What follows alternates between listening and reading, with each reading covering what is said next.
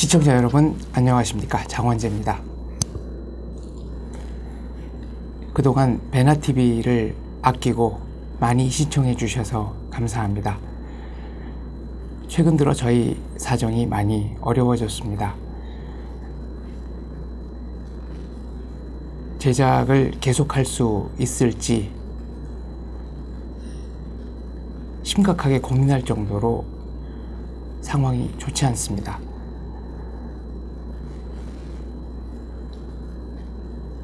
여러분께 후원을 부탁드리려고 말씀드립니다. 저희가 조금 더 힘을 낼 수 있도록 도와주십시오. 더 좋은 프로그램을 만들고 열심히 노력해서 보답하겠습니다. 여러분의 후원을 간절한 심정으로 기다립니다. 감사합니다. 시청자 여러분 안녕하십니까? 네, 간이 배 밖으로 나온 방송 배나TV. 때로는 과감하게, 때로는 좌고우면하면서 그러나 할 말은 하는 배나TV. 오늘도 안찬일 박사님 그리고 김대영 위원님 이렇게 두 분을 모시고, 오늘은 좀 김대영 위원님이 좀 말씀 많이 해주셔야 될 것 같아요. 남북 간의 군사 분야 합의, 그리고 최근에 이제 이 여러 가지 뭐 화해 무드가 감돌고 있는데 이거 과연 좀 어떻게 봐야 되냐, 좀 불안해하시는 분들도 있는 것 같아요. 뭐 전쟁 위기에서는 벗어난 것만 해도 어디냐 이렇게 얘기하시는 분들도 많이 있고, 오히려 이제 젊은 세대나 특히 이제 어린 아기들 키우고 이러는 주부 이런 분들은 그런 말씀 많이 하시는데, 아무래도 안보에 대한 걱정이 깊으신 분들 사이에서는 야, 이거 진짜 이대로 가도 되냐 이런 우려가 있는데, 오늘은 그 부분을 좀 집중적으로 파헤쳐 보도록 하겠습니다. 먼저 그 최근에 북한군 병사가 귀순하는 일이 있었습니다. 12월 1일이었는데 네. 우리 또 귀순, 전방 귀순하면 또 거의 원조격이시지 않습니까? 네. DMZ를 뚫고 귀순하셨죠. DMZ를 뚫고 오신 것뿐만 아니라 이제 여기서 사신 날이 더 많으시죠, 그죠? 그렇죠. 훨씬 많으신데 안찬일 박사님 얘기는 정말 드라마틱합니다. 남한의 자유를 찾아서 왔는데 오신 지 며칠 만에 79년 12.6 사태가 터졌습니다. 박정희 대통령이 김재규 중앙정보부장에 의해서 시해당하는, 그때 아차 잘못 왔구나 이런 생각 혹시 안 하셨나요? 했죠. 딱 숙소 앞에 집차가 딱 대기하고 있는데 날 19대 뭐 긴박한 상황이 발생하면 아마 이동하려고 그랬는지 그땐 속으로는 아차 잘못 왔구나 그런 생각을 했죠. 네. 이게 왔는데 박정희 대통령 하면은 뭐 그때는 거의 뭐 신적인 존재였을 거고. 그렇죠. 그때 남과 북에서 북한은 김일성만 없어지면 무너지는 나라, 남은 박정희만 없으면 무너지는 나라, 이런 인식이 팽배해 있는 때인데, 이게 그냥 제주도 가서 새벽에 이제 뭔가 행사를 하는데 행사가 중단되고 서울로 올라갑시다. 그때 전국민 강연회 하실 때 아닌가요? 전국민 환영대회 할 때인데 국립극장.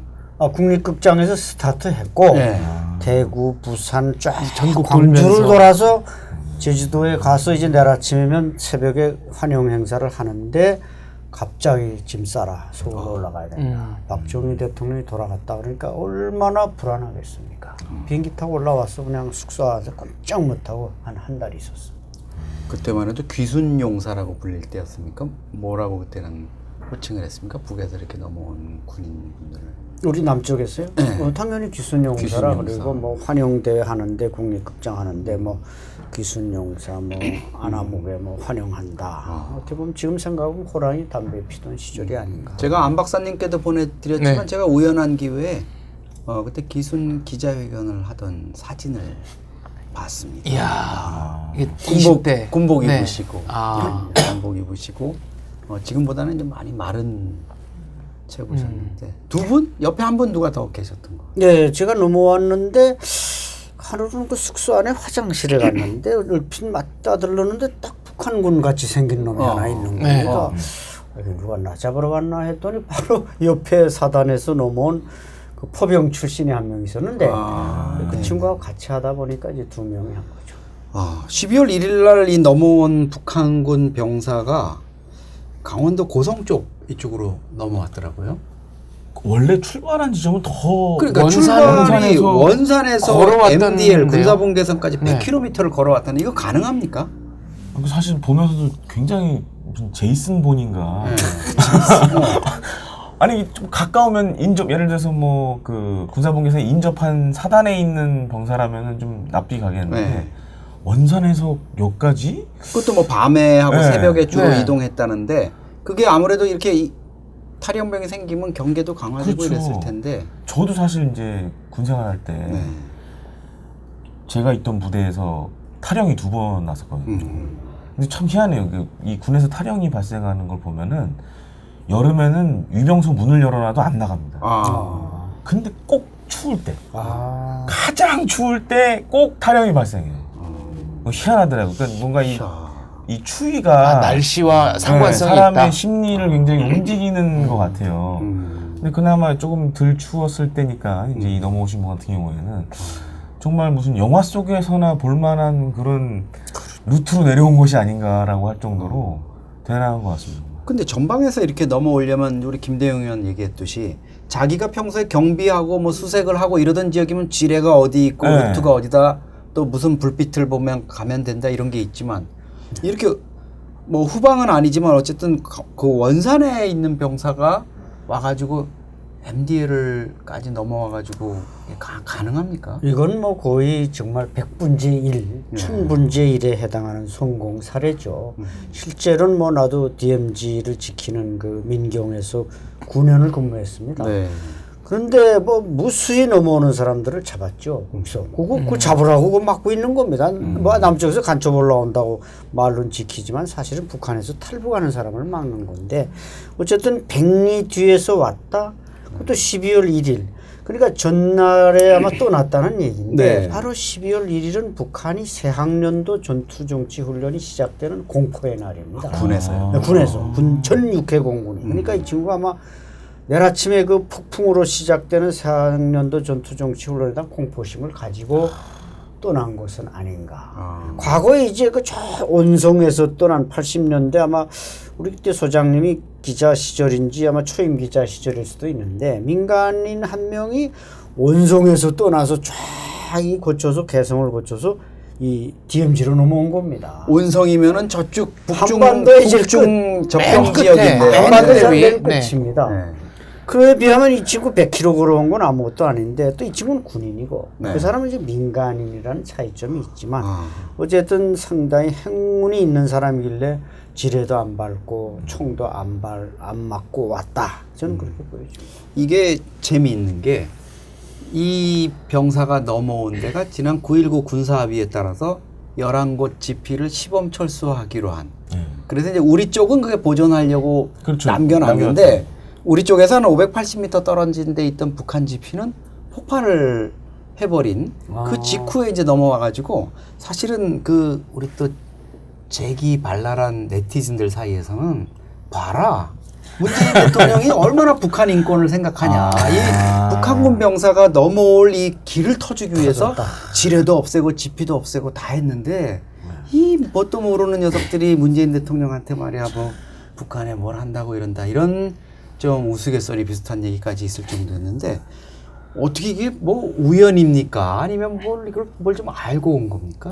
알고 온 건 아닌 것 같은데요. 우연 같기도 하고요. 정말 이제 앞서 말씀했지만은 그야말로 아주 적은 확률에 당첨된 분 같아요.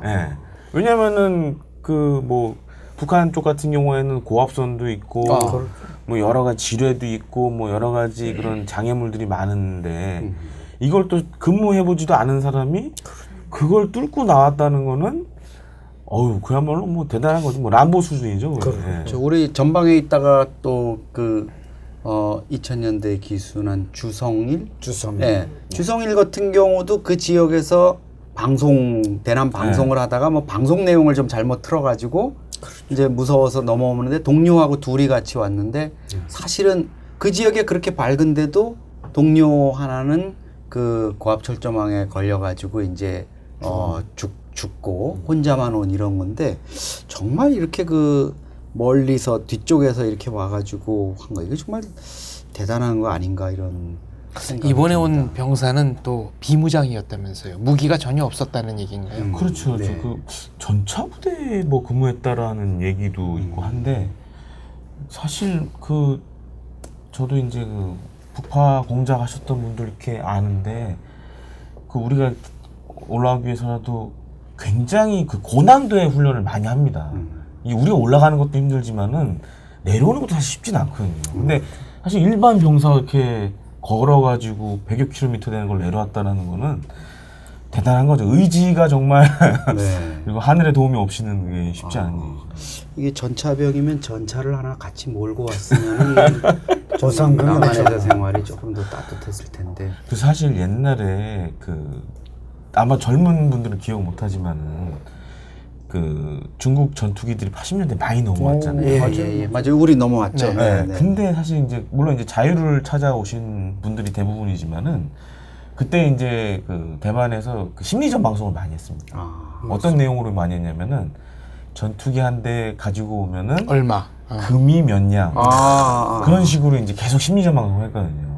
그래서 80년대 저도 어렸을 때 그 기억이 있는데 서울 시내 한번 그 공습 경보 나오고 났었죠. 그래가지고 저희 어머니가 갑자기 은행 통장 챙기고 야 떠야 된다 막 이런 분도 있었는데 대부분 이제 그게 굉장히 큰 영향을 줬다고 합니다. 당시.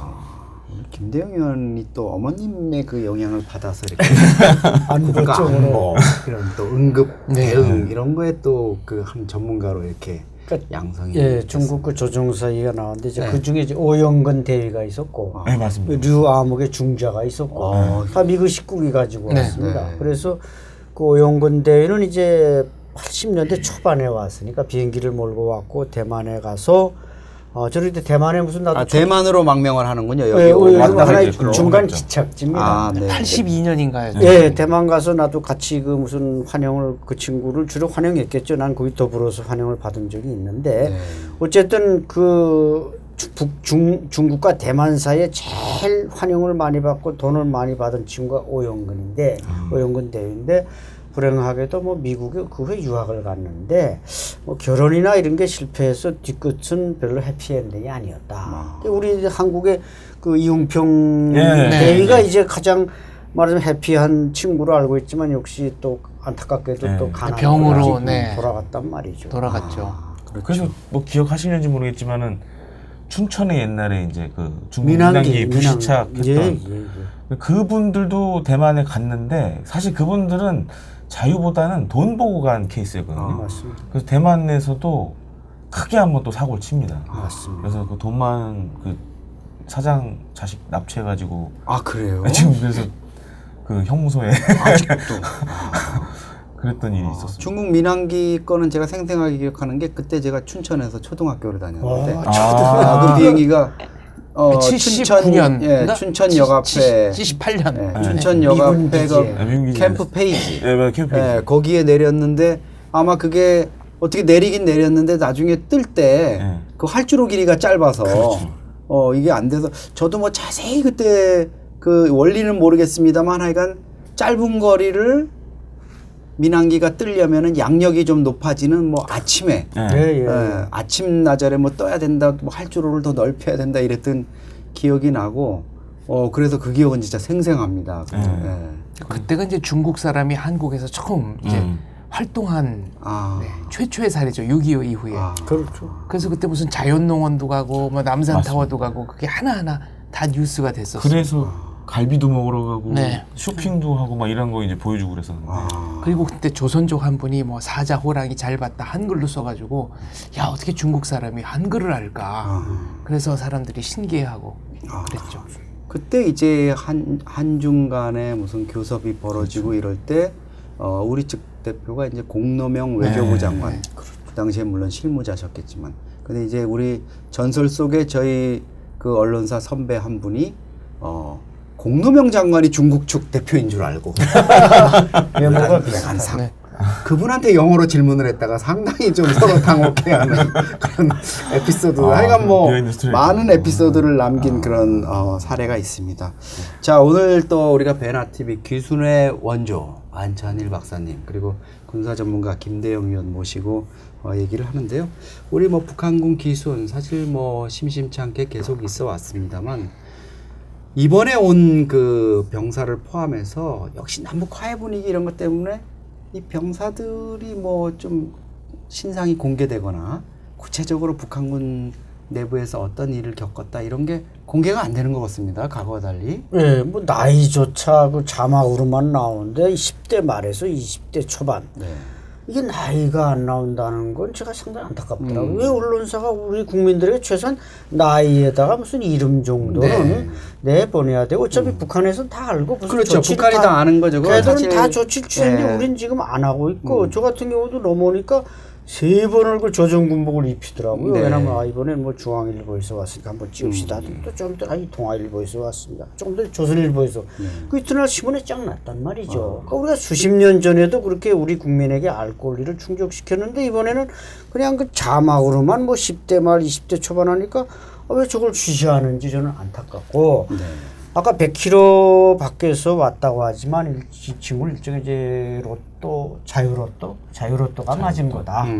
자유로또. 자유로또. 그 옆에 이제 또 세포군이라고 있지 않습니까? 세포군 있죠. 세포벌판. 예, 세포 동판하는 그 있는데 거기 이제 수학교사는 자기 아들이 그 이종철 수학 영재 세계 수학. 네네네. 이 친구 지금 한국에 와 있죠? 한국에 와 있죠. 이 친구는 아버지가 수학 교사인데 아들 보고 너는 기회만 되면 대한민국으로 가라. 그래서 왔다는 거 아닙니까? 그래서 서울에서 지금 어느 대학 다니는 거지 제가 알고 있지만 신분상 공개할 수는 없는데 이렇게 젊은이들이 북한의 20대 젊은이들이 우리 대한민국을 동경하고 자유를 참 갈망한다는 거 이거 희망적인 얘기죠. 근데 사실 이번에 온 병사 같은 경우에도 합참이나 우리 군 당국에서 사실 뭐 굳이 뭐 얼굴까지 드러내고 뭐 기자회견을 하지 않더라도 어떤 이유로 해서 넘어왔고 어떤 상황이 어떻고 이런 거에 대해서 간략하게 과거 같으면 이제 언론 브리핑 정도는 했는데 이게 아무래도 좀 최근에 분위기하고 관련이 있는 거겠죠. 그렇죠. 사실 뭐 앞서도 얘기해 주셨지만은 이상하게 우리나라는 뭔가 분위기가 이렇게 한 곳으로 몰려가면은 그냥 다 맞춰서 가는 듯한 그런 분위기로 가는 것 같고 최소한 좀 신상 정보 정도는 얼마든지 공개할 수 있는데 왜 넘어왔는지. 그렇죠. 사실 그런 것조차 공개 안 한다는 건 좀 너무 국민의 알 권리를 너무 무시하는 거 아닌가 들고 그렇습니다. 네, 이건 어떻습니까? 요번에 이제 귀순으로 했는데 GP를 다 없앴잖아요. 그래서 GOP에서 식별을 했다. 그러니까 포착 지점이 훨씬 남쪽이었다. 그렇죠, 남쪽으로 된 거죠.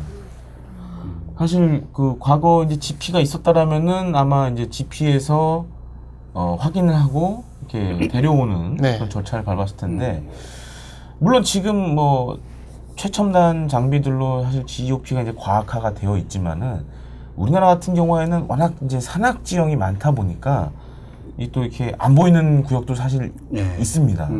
그렇기 때문에 사실 사람이 대신해야 할 부분도 많고 사실 지금도 이제 GOP 과학화 경계 사업이 돼 있어가지고 뭐 감시를 다 하고 있지만은 유사신이 뭐 생기면 다 계속 사람이 나가야 되거든요. 그렇죠. 그러니까 그만큼 좀 안보상으로 봤을 때는 좀 구멍이 좀 있다고 봐야죠. 이번에도 열상 장비로 해가지고 관측을 했더라고요. 어떻게 그게 이제 관측이 되는 겁니까? 예를 들어 밤에 뭐 아니면 새벽에 육안으로는 관측이 안 되는데 넘어온다 누군가. 그러니까 보통 그 두 가지 장비를 많이 쓰는데요. 레이더가 있습니다. 이제 지상에서 인원이라든가 이제 장비가 이제 이동하는 걸 보는 그런 레이더도 있고 그밖에 이제 밤에도 이제 적외선 차이를 이용해서 낚아채 볼 수 있는 열상 장비들이 있는데 근데 이것도 이제 밤이 되면 조금 제한을 받는 부분도 있고 그렇기 때문에 완벽한 건 아닙니다. 뭐 어떤 것들도 다 그렇지만 100% 완벽한 건 없기 때문에 사실 그 사람이 뭐 최종 판단해 준다는 거 아니면 육안으로 식별하는 게 굉장히 중요하다고 할 수 있겠죠. 그럼 이제 오면은 조치는 전방에 있는 이제 초병이 발견했다. 열상 장비나 뭘로 발견했다. 그러면 어떻게 이제 귀순 그거 유도 유도 작전이라고 그렇죠. 하나요? 이제 예를 들어서 어떻게 그 이루어지게 되나요? GOP의 뭐 5분대 기조라든지 이런 팀들이 나가서 여부를 확인하고 네. 그다음에 이제 데려오는 그런 상황이 놓이게 되는 거죠. 그래서 뭐 배가 고프다 그러면은 밥도 주고. 라면도 끓여주고 뭐. 이번엔 병사가 이제 우리 군하고 마주치자마자 뭐 어디 소속 네. 뭐 누구다 이렇게 계급을 대고 이렇게 해가지고 이제 왔다는 건데 이번엔 그래도 우리 그 초병들이 졸지는 않았나 봐요. 과거에는 와서 뭘 해도 안 돼가지고 보초 쓰는 데 와가지고 뭐 문 두드려가지고 나 좀 어떻게 좀 제발 알아봐 주세요 해야 그렇죠. 되는데. 그러니까 그게 사실 이제 이 GP 그때는 GP가 있었지만은 그때도 뭐 여러 가지 장비가 있었지만은 그렇게 못 볼 가능성이 굉장히 높다라는 거죠. 다가와도. 네, 다가와도 모를 수도 있고 예를 들어서 뭐 안개가 낀다 그러면은 사실 연령성 장비도 좀 성능이 좀 떨어지게 됩니다. 그래서 뭐 GP 지금 없애는 것도 사실 좀 너무 여러 가지 요소를 판단 안 하고 쉽게 결정한 게 아닌가라는 생각도 좀 들고요. 예. 사실 저도 뭐 그 경계를 해봤지만 밤에 보초를 쓴다는 게 무척 졸린 일이거든요. 지루하고. 이제 고참이 난 좀 잘 테니까 넌 좀 지켜라 이러는데 그거 뭐 혼자 지키게 안 됩니다. 그거 하다 보면 같이 이제 뭐 이게 자게 되고 또 앞에보다는 뒤를 더 그렇죠. 간부. 이제 순찰도는 간부가 와서 들키는 게 훨씬 더 중요한 거지. 그렇죠. 이거 뭐 앞에서 뭐 누가 올 확률은 내 군복무 기간 중에 별로 없을 거다. 뭐 이런 게 있는데 어쨌든 이번에는 뭐 이렇게 되면 어떻게 뭐 포상 휴가라도 보내줍니까? 이렇게 당연하죠. 눈 뜨고 잘 감시했으니까. 뭐 그 팀들이나 아니면 좀 주도적인 역할을 했던 이제 병사 같은 경우에는 뭐 포상도 받고 그런 걸 받겠죠 이제. 우리 그 귀순 하면은 사실 또 하나 잊혀진 지난해 11월 이맘때였죠, 그죠? 판문점. 오천성. 안 박사님은 사실 만나 보셨죠? 예, 뭐 예, 일본 예. 언론에도 한번 보도가 되긴 했습니다만 예, 어떻습니까? 어떤 청년입니까? 이 친구는 이게 뭐 딱 신상 하나만 공개하면 이제 아버지가 이 북한의 최종의 군단인 2군단 작전부장 완스타입니다. 완스타고 이제 작전부장이면 군단에 이제 참모장이 있고 2인자가 참모장인데 그 부참모장입니다. 작전부장이 교마입니다. 그래서 상당히 뭐 이 친구는 평양에서 자랐고 신세대다 보니까 아마 이번에 그 12월 1일 날 온 친구하고 뭐 같은 신세대죠. 그래서 이제 저하고 또 같은 나이에 딱 휴전선을 넘어왔고 그 군 생활도 이 친구가 한 8년 했더라고요. 제가 9년 했는데 뭐 비슷비슷해서 좀 상당히 그 좀 친근감이 가고. 양아들로 삼으실 생각은? 뭐 글쎄 그건 뭐 그 친구가 워낙 좀 잘나가지고 나 같은 만난 사람을 양아버지로 해서 지금 좀 사실 이제 지난번 이제 일본 산케이 신문에서 뭐 간단하게 이렇게 인터뷰를 하고 이 친구에 대해서 좀 뭐 일본은 왜곡됐다 이렇게도 얘기가 있는데 이 친구 아직 얼굴은 당연히 공개가 아직 안 됐고요. 또 구체적인 신상도 뭐 안 돼 있는데 안 박사님께서 우리 베나 TV로 해서 조금 더 그 친구의 뭐 외양이라든가 이런 거를 조금 밝혀도 되는 부분까지만 좀 얘기해 주십시오. 어떻습니까? 아주 멋있습니까? 잘생겼습니까? 멋있습니다. 아마 엊그제도 봤지만 이게 복장을 하고 나타났는데 이게 제가 볼 땐 내가 뉴욕에서 본방 왔습니다. 이렇게 말해도 될 정도로 쫙 붙은 그 무슨 스펀지 바지라 그러나요? 들었다 하는 거? 스키니. 지금 갑자기 오청송 신세대 대단 이렇게 얘기가 나오니까 지금 우리 여기 미혼의 여성 스태프들이 지금 상당히 지금 아름다운 스태프들이 반응이 상당히 세게 나오는데 그리고 키가 1m 82cm. 이건 그래서 무슨 제가 일입니까? 그래서 이제 뭐 베나 TV에 곧 한번 모시도록 노력을 해보겠습니다만 지금은 김정은 위원장 왔다 가기 전까지는 조금 쉬고 있어. 아마 이렇게 뭔가 받은 것 같고 그래서 영화를 만들면 좋지 않겠는가 이 친구를. 아마 본인 직접 주인공으로 나와서 해도 뭐 전혀 손색이 대역을 안 쓰고 대역 쓸 필요가 없습니다. 그 말이 맞았네. 뭐 저기 원빈 닮았다. 원빈 닮았다는 말이 하나도 틀리지 않고 키가 1m 82cm에 쫙 빠졌으니까 너무 멋있고 어쨌든 북한에 좀 잘 나가는 그 오렌지족, 무슨 뭐 놀새족이라고 합니다만은 그 정도로 멋있는데 앞으로 대한민국에 잘 정착하면 뭐 통일을 위해서 큰 일을 하지 않을까 그렇게 기대합니다. 장관거리에서 대동강 맥주께나 마셨을 것 같은 그렇죠. 그런 왠지 그런 외모일 것 같은 생각이 드는데요.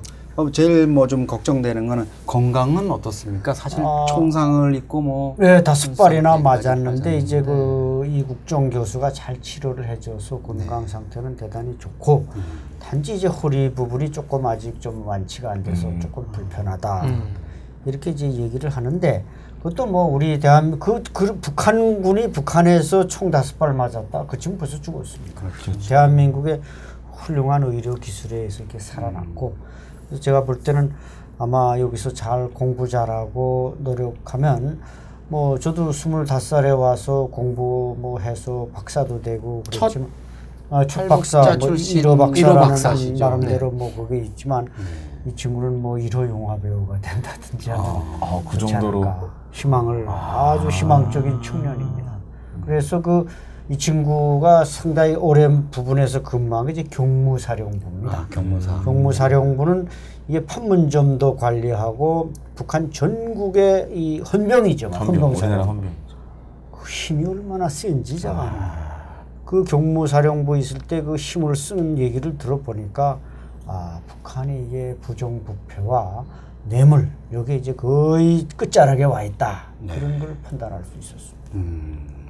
아니 사실 그 우리 시청자분들 잘 모르시지만은 북한군은 뭐 전방 부대든 후방에 있는 부대든 자기들이 농사짓고 그걸로 먹고 살아야 되고 후방사업. 자격갱생 후방사업. 사실 우리 군도 뭐 50년대 60년대까지만 해도 조금은 그렇게 했다라고 알고 있는데 지금은 사실 뭐 군대 가 있는 친구 같은 경우에는 너무 잘 먹어서 지금 이제 뭐 제설 작업 이런 것도 이제는 민간업자한테 맡긴다는 거 아닙니까? 그럼 뭐 하죠?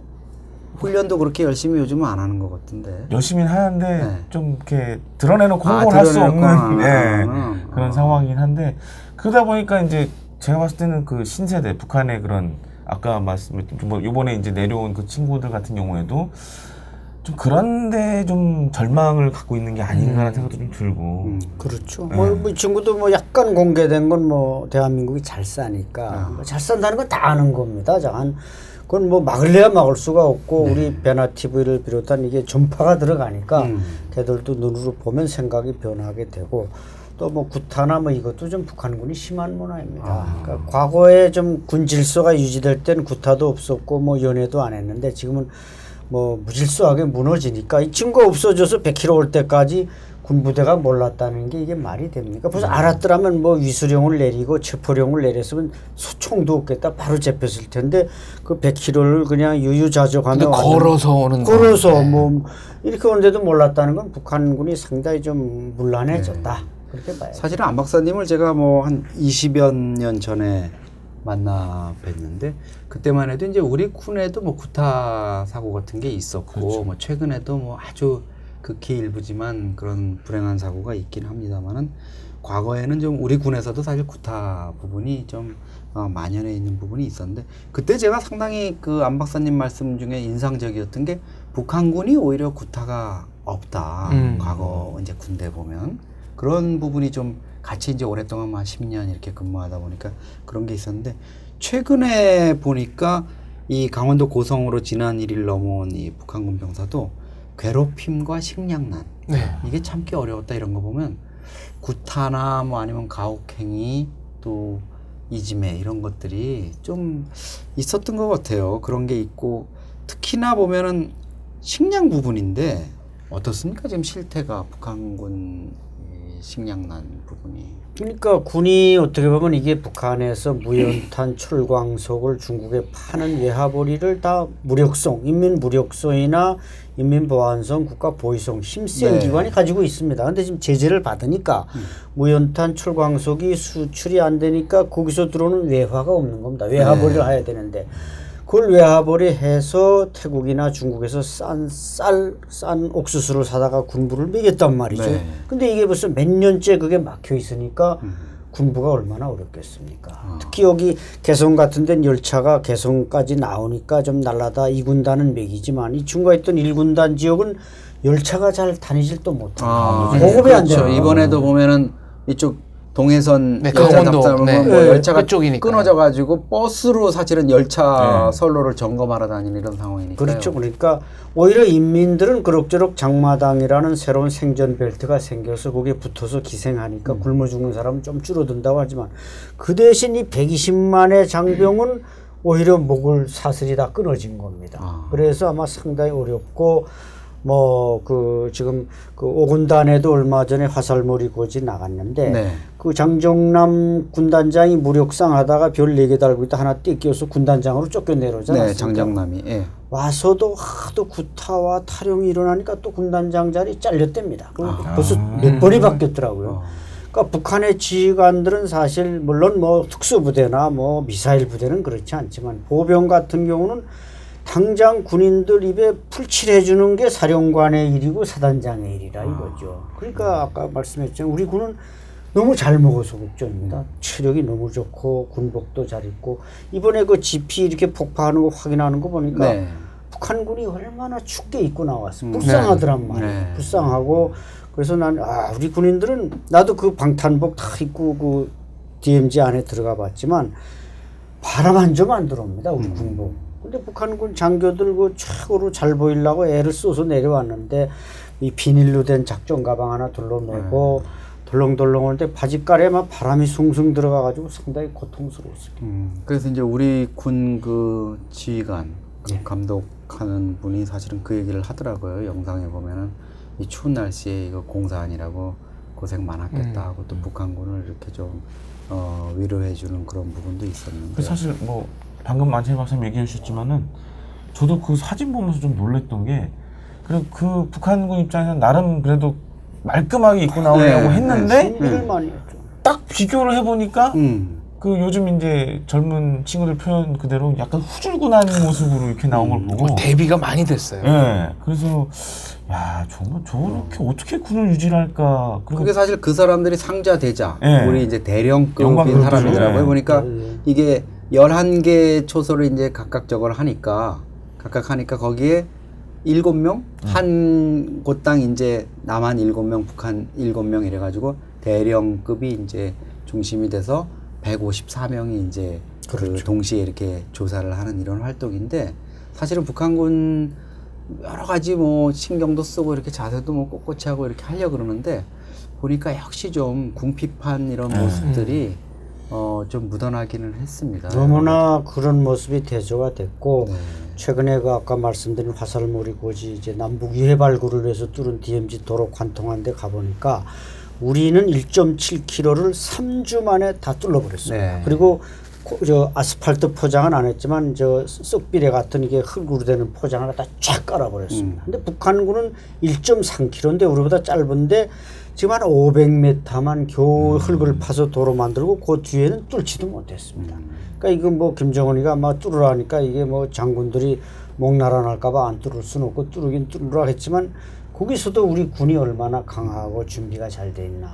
우리는 거기 어떻게 공사할 때 장비, 중장비 같은 게 동원되나요? 그렇죠. 그 GP도 물론 이제 폭파해서 철거한 부분도 있지만은 중장비가 들어가지고 포크레인 이런 게 들어가서 다 이제 거기 어떻게 공수를 해야 되나요? 아니면 그냥도 갈 수 있나요? 그냥 갈 수 있습니다. 근데 이제 작전도로 같은 걸 그게 이용해서 비용이 대략 이제 철거 비용이 한 2억 7천 정도 들더라고요. 근데 이제 하나 없애는데 근데 없애고 들고 나오는 것까지요? 잔해물을 다 폐기물을 들고 나오는 2억 것까지 7천 정도 하는데 얘기 들어보니까는 그 이제 민간업자분들이 하시는데 그 보험을 이제 또 가입을 해야 되고 좀 절차가 있더라고요. 복잡하다. 왜냐면은 지뢰라든가 이런 것들이 좀 있을 수 있기 때문에 위험 부담이 있기 때문에 네, 그런 부분 또 우리 측에서 이렇게 북측 지역 점검하는 거 보니까 북측은 이제 그거를 뭐 드러내거나 이러지 못하고 그냥 폭발시킨 상태에서 그냥 이렇게 눌러서 아마 거기에 그냥 뭐 흙으로 덮어서 이제 풀이 자라게 하는 이런 식으로 진행을 하는 것 같은데 우리는 그걸 다 수거까지 하는 거죠. 왜냐면은 뭐 저보다 안찬일 박사님 더 잘 아시겠지만은 거기는 이제 그 지하 그 산 밑으로 파가지고 하는 방식으로 많이 GP를 건설했고 우리는 이제 콘크리트로 성을 만들듯이 한 방식으로 했기 때문에 그래서 우리는 좀 폐기하기가 좀 용이한 드러내서 그냥 실어 나르면 되는데 묻어서 팠기 때문에 이걸 좀 하기가 좀 애매한 좀 상황이 있습니다. 그렇죠. 잘 설명해 주셨지만 이게 우리는 그야말로 포스트 카드 그냥 감시 초소입니다. 네. 우리는 이렇게 DMZ 안에서 이렇게 딱 하나의 고지를 차지하고 감시를 하지만 북한의 지피는 이게 하나의 지피가 또 다 연결이 되는 아까 고압선 철조망 네. 얘기하셨지만 그러니까 GOP 개선에 보병 철조망이 있고 GP가 또 철조망이 있는 겁니다. 우리는 GP는 GP만 있지 철조망은 연결 안 돼 그렇죠. 있습니다. 그러니까 우리는 하나의 감시 초소지만 북한의 GP 민경 초소죠. 민경 초소는 북한의 최전선입니다. 그만큼 공격 목표를 전진시켜 놨기 때문에 전진 배치됐고 이것은 꼭대기 감시 초소가 있는 게 아니라 전부 갱도를 뚫러 가지고 이게 방어선 공격선을 준비하다 보니까 이것은 반핵 반화학 반공격 모든 전쟁을 치를 수 있는 이 고지란 말이죠. 그야말로 진지입니다. 감시 초소가 아니라. 그러니까 이제 걔들은 처음에는 우리가 이제 꽉 폭발시키니까 처음에 첫날은 나와서 뭐 한마로 이렇게 까지는 않습니다. 까다가 이제 우리가 폭발시키니까 이게 부끄러워가지고 그 다음에 또 이튿날은 또 더 세게 폭발시키는데 갱도를 다 주저앉히더란 말이죠. 왜냐하면 갱도가 있다는 게 우리한테 노출이 안 되니까. 그래서 그 갱도 폭파 사이즈가 올해 그 5월 달에 길쭉은 풍계리의 핵실험장 폭파하는 사이즈처럼 커진 겁니다. 그게 바로 이제 우리처럼 꼭대기만 있는 게 아니라 그 갱도 진지까지 파괴시켜놔야 우리가 와서 볼 때 아, 자기네가 이것이 최전선이었단 아니었다. 그건 정전협정 위반도 되는 거죠. 네. 그래서 좀 차이가 있습니다. 갱도 말씀을 하시니까 북한이 그 남쪽으로 향해서 판 이른바 땅굴 20여 개의 축선이 있고 그 출구가 GP나 GOP 뒤가 될 수도 있다. 이런 우려를 하는 분들이 많더라고요. 그렇죠. 저 그런 우려들도 많이 하셨고 또 우리 군에서도 수시로 이렇게 시출해가지고 확인을 합니다. 네. 근데 이제 보통 이렇게 땅을 파게 되면은 그 안에 있던 흙들을 다 이제 꺼내야 되잖아요. 네. 이제 그런 것들로 많이 이제 그 토사량을 보고 그렇죠. 강도를 어느 감시를 정도 하게 되죠. 팠을 것인가 네. 하는 거. 근데 뭐 우리가 아직 감지 못하는 것도 좀 있지 않을까라는 좀 생각도 갖고 있고. 땅굴은 어떻게 발견합니까? 그 징후를. 그 옛날 그냥 구멍 뚫어 보면 압니까? 아니 이제 옛날 같은 경우에는 뭐 소리라던가 이런 걸로 해서 발견한 케이스도 있고 뭐 김이 나더라. 특히 북한은 우리는 사실 이제 뭐 지하철도 굉장히 굴도 크게 뚫는데 북한은 작게 뚫는 걸 굉장히 또 잘한다 그러더라고요. 그런 기계들도 많이 가지고 있고 그래서 그런 걸 고려했을 때는 아직도 우리가 좀 발견 못하는 것들이 있지 않을까라는 좀 생각을 갖게 됩니다. 지금 4땅굴까지 발견됐으니까 4개가 발견됐는데 원래는 이게 70년 5차 당대회 이후에 전방에 이제 1군단, 5군단, 2군단, 뭐 4군단은 지금 소위한 방어군단이고 이 3개 핵심 군단에서 각각 4개를 팠습니다. 그러니까 3, 4, 12 12개를 팠는데 4개가 발견됐으니까 나머지가 있다면 8개 남아있을 가능성이 있다. 이렇게 볼 때 저는 이제 1땅굴에 직접 있다가 1땅굴이 발견되는 날도 바로 거기서 총성이 갈 때도 있었고 해서 아까 어떻게 발견됐냐 그랬는데 이렇게 뚫러서도 발견되지만 걔들이 탐사를 했는데 군사분계선을 넘어서 남쪽 땅에 들어왔는데 탐사를 이제 쫙 해서 탐사를 잘해야 되는데 그걸 잘못해서 땅굴이 확 무너진 거죠. 한물 밤중에 무너져서 괜찮은데 새벽에 무너지니까 그래서 전기가 확 뿜어나와. 가을에 여름에는 안 나와. 그러니까 이제 거기 뭐 미군이 내려오고 국군이 내려오니까 또 이미 우리가 또 쐈단 말이야. 쏴서 몇 사람 죽이고. 그 일당굴 현장은 지금 입구를 막아놨기 때문에 북쪽에는 그 입구는 이제 저만 아니까 고랑포 관광지 개발되면 제가 가서 그 입구를 딱 파가지고 좀 관광 사업도 하고. 그 일당굴이 레일도 깔려 있고 콘크리트 건설한 그게 일당굴이죠. 그렇죠, 그렇죠. 네. 고랑포 땅굴 하실 때는 저희도 또 투자에 좀 참여할 수 있어요. 투자해서 수익이 생기면 베네핏을 후원하고. 예. 감사합니다. 감사합니다. 자, 어쨌든 뭐 이게 또 고랑포로 또 다시 고랑포로. 고랑포 땅굴로 이렇게 얘기가 즐겁게 얘기를 하다 보니까 샜는데 그 지금 GP 문제를 저희가 얘기를 했습니다만 이제 양측이 이제 군사합의 한 11곳씩 이제 했는데 북한이 의외로 이 9.19 군사합의에 적극적으로 나오고 있는 것 같아요. 이런 부분도 그렇고.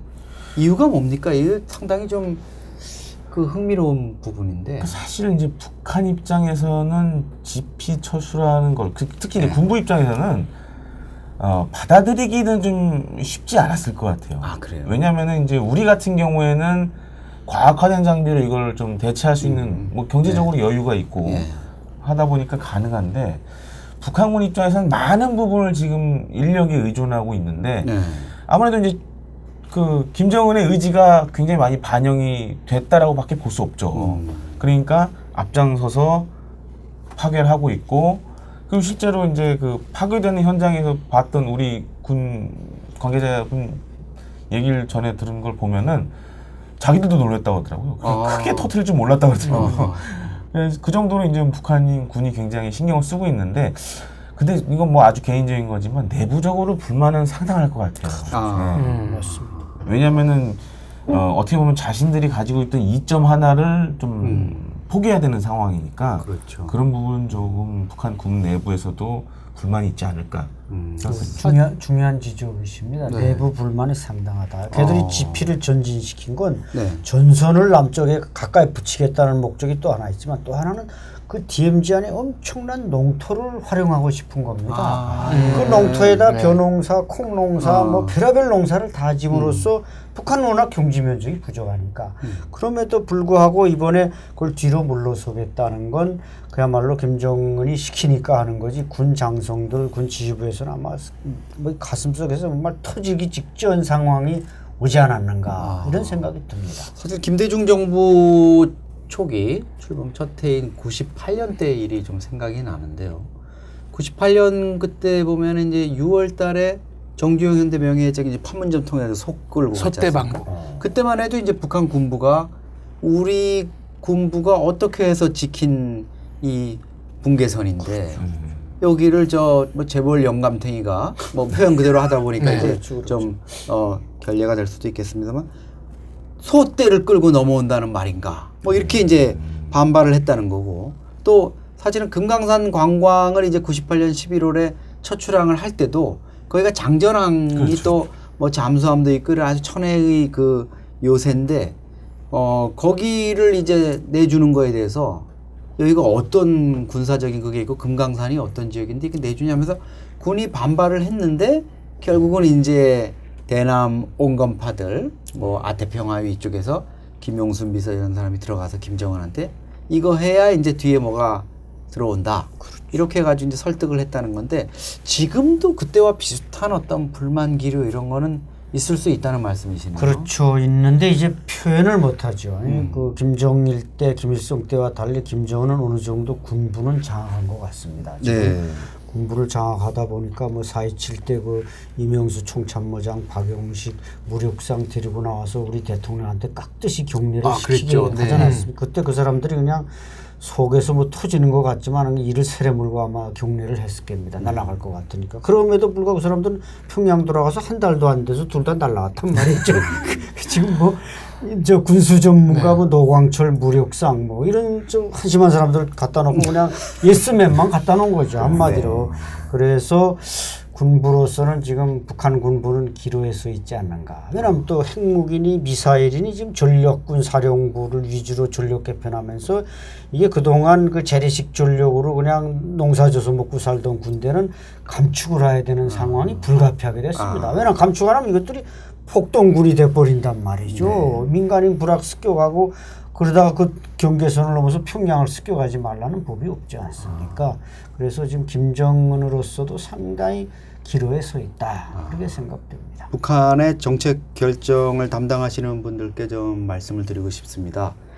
북한 군부 고위 핵심부가 시원찮은 사람들로 구성되어 있다는 것은 안찬일 박사님의 개인 의견이고 베나TV와 무관하다는 점을 말씀드립니다. 해화역 바로 옆에 있는 베나TV 건물에 대한 테러에 불필요한 불필요한 모력 저희를 도발 자극할 수 있는 행동은 자제해 주시기 바랍니다. 안찬일 박사님은 지금 또 우리 경찰에서 철저하게 경호를 하고 있기 때문에 뭐 아무런 문제도 없으실 걸로 믿습니다. 제가 얼치기 북한 전문가이지만 경호는 잘 받고 있으니까 그런 생각을 가지지 마세요. 예. 그러니까 앞서 이제 안찬일 박사님 얘기해 주셨지만은 사실 김정은 집권 초기만 보더라도 대부분 다 이제 뭐 포병, 그러니까 재래식군 위주로 시찰을 많이 다녔습니다. 맞아요. 네. 근데 이제 보면은 그 뒤로 몇 년 뒤에 이제 미사일과 핵 쪽으로 이제 방향 옮겼거든요. 근데 이건 뭐 아주 개인적인 추론이지만은 김정은 본인이 봤을 때도 이 재래식 전력으로 이제 더 이상 답이 안 된다. 없다라는 게 그 결론이 내려진 것 같아요. 그동안 시차를 다니면서. 그래서 이제 전략군 쪽으로 그렇죠. 창설하고 이게 아무래도 이제 전략군 비용 쪽으로. 대비 효과로 봤을 때 그게 훨씬 더 싸게 먹히거든요. 그렇죠. 그러면 어쨌든 북한 입장에서는 지금 이런 뭐 GP나 이런 데서의 어떤 재래식 전력 감축 부분이라든가 이런 부분은 긴장 완화 부분 이런 부분은 사실 빚지지 않는 장사다 이렇게도 볼 수 있겠네요. 그렇죠. 이제 김정은 입장에서는 그럴 수 있는데 근데 아마 군부에서는 꽤 또 불만이 그나마, 많을 겁니다. 그거 붙잡고 있는 네. 야전군 입장에서는 그렇죠. 그러니까 뭐 좋든 싫든 이제 전방을 담당하는 군인들의 입장에서는 뭐 그렇게 볼 수밖에 없는 거죠. 사실 네. 우리 군도 마찬가지고. 요번에 이제 그 GP들을 이제 양측 합의하에다 철거했지 않습니까?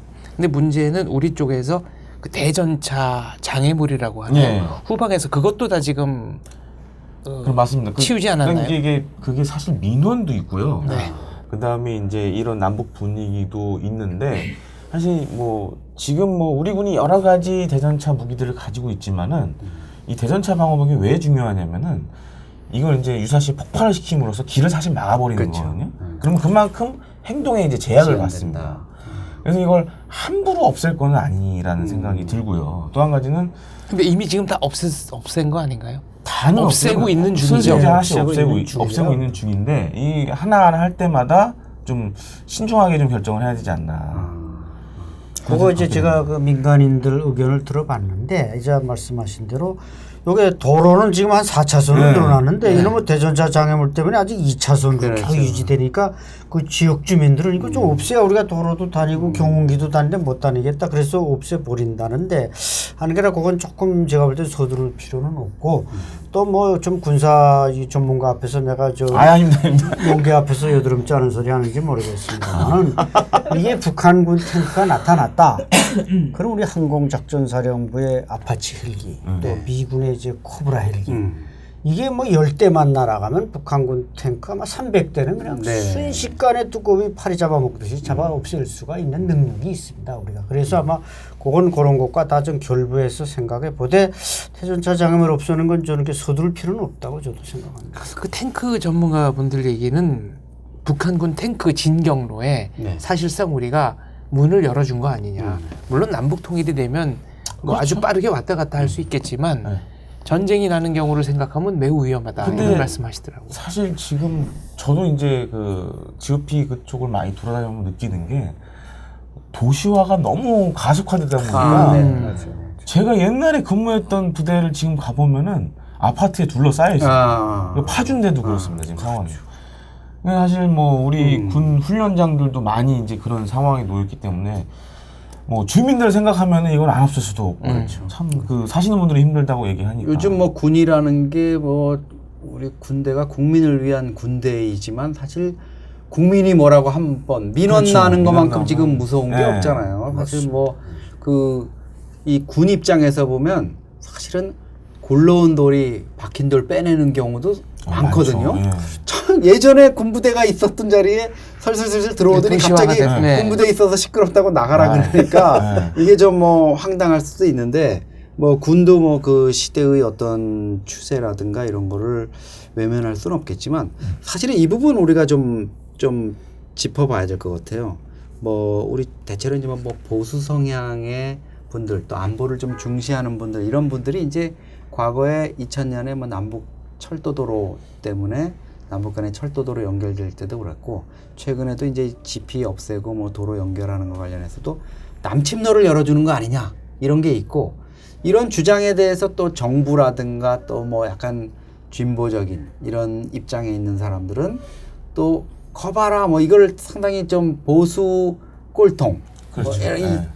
야 그게 남침로 열어준다는 게 말이 되느냐 뭐 이게 남침이라는 게 뭐 현실하고 당장 현실하고 이러는 건 아니니까 그런데 이게 어쨌든 상황이 이렇게 좀 맞서는 상황에서 보니까 조금 이 도로 연결이라든가 이런 쪽의 필요성 화해협력을 강조하는 분들의 목소리가 조금 더 큰 거는 사실이에요. 지금 어떤 시대적 흐름 때문에. 그렇죠. 어떻습니까? 우리 김대영 의원이 보시기에는 실제로 참 어려운 문제 같습니다. 쉬운 문제는 아닌 것 같아요. 그러니까 현재 근데 사실 좀 우리가 좀 깊이 생각해봐야 될 게 그럼 지금 북한이 비핵화가 완전히 됐느냐? 그렇죠. 비핵화도 완전히 안 돼 있고 물론 이제 남북 정상 간의 합의를 통해서 한반도의 뭐 비핵화라든가 아니면 이제 그런 군사적 충돌을 방지하겠다라는 큰 뜻의 합의는 했지만은 그렇죠. 아직 사실 뭐 된 건 없지 않습니까? 셀프 비핵화 몇 번 했죠 이제. 네. 풍계리 스스로 이제 뽀갠 건 있지만. 네. 그래서 뭐 큰 틀에서는 그런 의미에 대해서 굉장히 뭐 긍정적인 방향으로 보고 있지만은 좀 북한이 하는 걸 보면서 하나하나씩 좀 할 필요가 있지 않나. 그리고 남북 간에 아직 그렇게 군사적인 신뢰가 네. 완전히 구축되지는 않는 상황이고 이제 하나하나씩 하는 단계인데 너무 많은 걸 우리는 주려고 그러고 북한은 또 반대로 물론 북한 입장에서도 이해하지 못하는 부분이 있지만은 뭐 아직까지 이렇게 많이 주고 있는 것 같지는 않아 보이거든요. 그렇기 때문에 좀 속도를 좀 완급 조절해 가면서 하면은 우리 보수 쪽에서도 얼마든지 좀 받아들일 수 있고 또 국민 여론이 또 얼마든지 수렴이 될 수 있는데 그런 부분이 좀 아쉽습니다, 사실. 그 국방문화 합참 쪽도 뭐 우리 김대영 의원을 사실 국방부 합참에서 엄청 좋아해요. 왜냐하면 군에 대한 이해가 높고 또 네. 현장을 이제 취재해가지고 우리 뭐 그 거기 뭐 출입 기자들도 있고 그러지만 뭐 그 김대영 의원이 또 SNS나 이런 걸 통해 가지고 군에 대한 애정을 아주 흠뻑 이렇게 보여주고 있기 때문에 이 보는 바로는 이제 애정을 담아서 하는 그런 발언인 그런 거죠. 부분들이 있는데 사실은 이게 보면은 좀 궁금한 거는 방금 말씀하셨듯이 이런 부분에 대해서 좀 천천히 가면 좋겠다 이런 생각을 누구보다도 사실 김대영 의원만큼이나 군내도 그렇게 생각하는 분들이 있을 텐데 왜 그런 목소리는 안 나오는 겁니까? 뭐 한국의 정치가 그런 거 아니겠습니까? 대통령제 하에서 그렇죠. 군 어쩔 수 통수권자인 없죠. 네. 대통령의 어떤 그러니까 사실 지금 그 군에서 하는 정신교육도 네. 뭐 사실 북한에 대한 부분을 뭐 지금은 사실 언급하는 게 많이 좀 어려운 상황이 그렇죠. 되지 않았습니까? 그러면 좀 구체적으로 어디까지 할 수 있는지 아니면은 뭐 어떤 내용을 하라는지 그거 좀 내려보내줘야 되는데 일선 정원 가이드라인이, 장교들이 그거 네. 지금 좀 힘들어하더라고요, 그죠? 굉장히 힘들어요. 어떻게 해야 될지. 어떻게 교육을 해야 될지 어려워하고 그래서 사실 지금 뭐 독립운동 관련된 거 뭐 정부 전체적으로 그런 방향으로 가고 있지만은 뭐 얼마 전에 사실 이제 그 정문병과도 이름이 지금 바뀌지 않았습니까?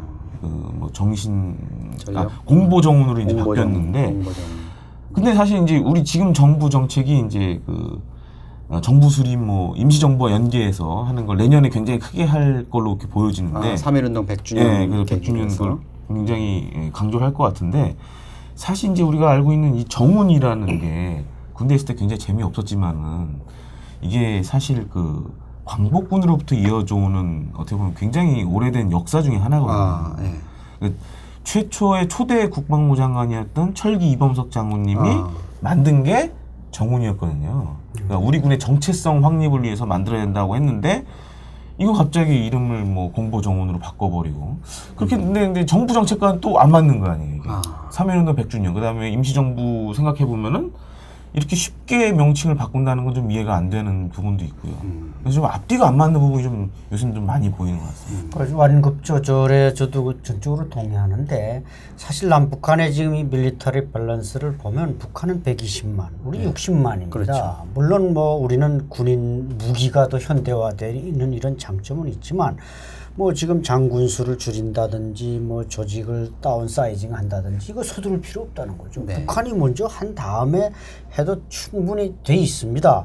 그 때문에 뭐 사실 군인이라는 게 명예를 먹고 살고 전쟁을 위해서 준비된 어떻게 보면 소모적인 집단인 것은 사실이지만은 군의 사기를 꺾고서는 안 된다 이겁니다. 그래서 표를 줄이기보다는 표를 향해서 군인들은 다 장교들은 노력하고 뭐 이렇게 되기 때문에 그냥 뭐 경제적 조건을 조금 줄여주는 뭐 별을 달면 뭐 100몇 가지가 달라진다는데 그냥 한 절반 줄여서 50가지만 달라지게 해준다든지 이래서 뭔가 국가에 대한 충성 또 진급에 대한 명예에 대한 추구를 자꾸 사기를 돋궈줘야지 지금 북한의 병력은 거의 감축하는 게 없는데 우리만 그렇게 조직을 자꾸 다운사이징하는 거 저도 거기에 대해서는 분명히 반대합니다.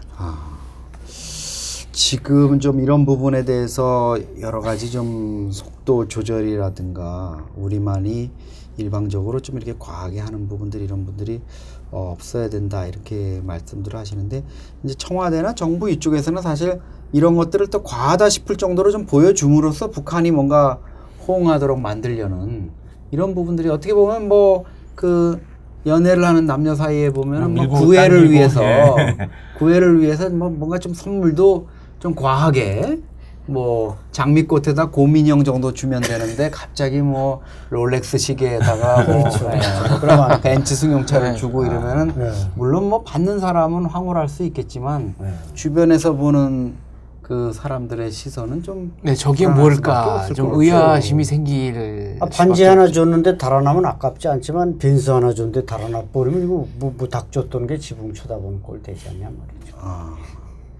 그래서 그 애인 관계, 남녀 관계에서 그냥 처음부터 자꾸 간 크게 만들지 말고 꽃다발서부터 시작해서 반지에서부터 뭐 하이힐, 총바지로 가야지 이게 벤츠 롤렉스에 올리지 않습니다.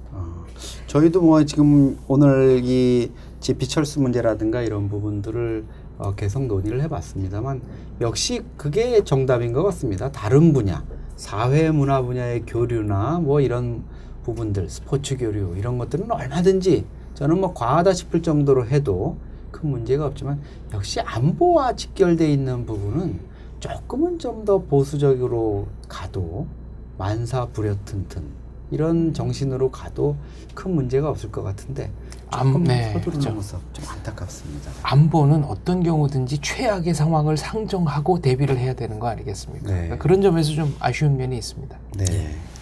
사실 지난 12일 그 남북한이 이제 GP 파괴, GP 그 철수를 이제 완료하고 그것을 상호 검증하는 장면.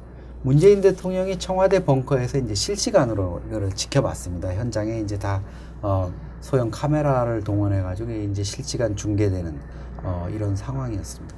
문재인 대통령이 사실 이거를 좀 한반도 냉전이 해체되는 어떤 그 역사적인 순간이다 이렇게까지 이제 평가를 했습니다. 물론 문재인 대통령 올해 남북 정상회담 성사 등을 통해 가지고 참 많은 것들을 이끌어냈다고 볼 수 있는데요. 오늘 두 분 모시고 저희가 얘기를 한 대로 안보 문제에 있어서만큼은 대통령이 군 통수권자로서 또 대한민국의 대통령으로서 최소한 지켜야 될 어떤 레드라인, 금도 이것은 좀 지켜나가는 그런 2019년이 됐으면 하는 바람을 가지면서 오늘 토크를 마치도록 하겠습니다. 그 전에 이제 출연 소감을 한번 여쭤봐야 돼요. 오랜만에 나오셨고 또. 네, 안보의 중요성 아무리 강조해도 지나침이 없고 우리가 비핵화가 잘 되면 남북한이 잘 지낼 수 있지만 중국이 뒷문을 열어주고 북한이 다시 중국 품으로 돌아가면 우리는 그야말로 닥쳤던 게 지금 쳐다보는 꼴이 될 수 있기 때문에 그런 속도 조절, 완급 조절을 잘해서 정말 북한이 우리 편이 될 수 있고 지휘부보다는 북한 인민을 장악하는 그런 쪽으로 안보 논리를 펴나가고 군을 이렇게 다스려 나가는 게 더욱더 절실한 지금